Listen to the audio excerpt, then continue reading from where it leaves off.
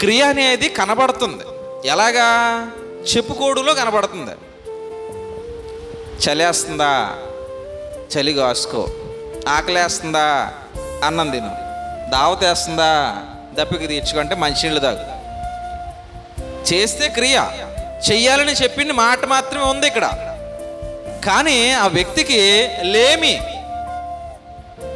తినడానికి లేని పరిస్థితి అనుకో. ఏం చేయాలి అని అంటే, అన్నం తిను అని చెప్పడం సులువే, అన్నం పెట్టడం గొప్పతనం. అది క్రియ ఆచరించడం అవుతుందన్నమాట.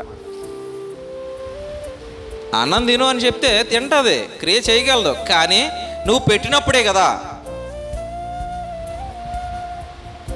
కాబట్టి భక్తిని కొనసాగించాలి అనుకునే వాళ్ళు చెప్పేవాళ్ళుగా మాత్రమే ఉండిపోకూడదు, దాన్ని ఆచరణలో చూపించేవారిగా ఉండాలి.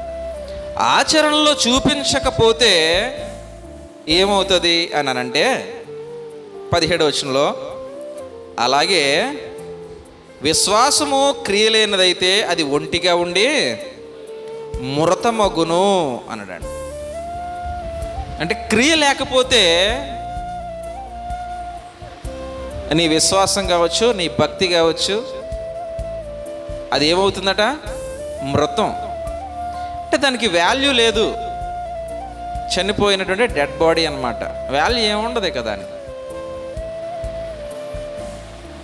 దేవుని దగ్గర మనం వాల్యుబుల్గా కనిపించాలి అని అంటే, ఏదైతే మనం చెప్పేవారంగా ఉంటున్నామో, ఏదైతే దేవుడు మనకి చెప్పినదై ఉన్నదో దానిని మన జీవితాల్లోనికి ఆచరించేటువంటి విధానాన్ని అవలంబించాలి.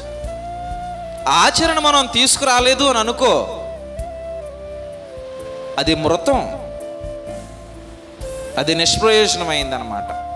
ఏ విధంగానూ దాని వలన ఉపయోగం లేదు అని దేవుడు చెప్తున్నాడు.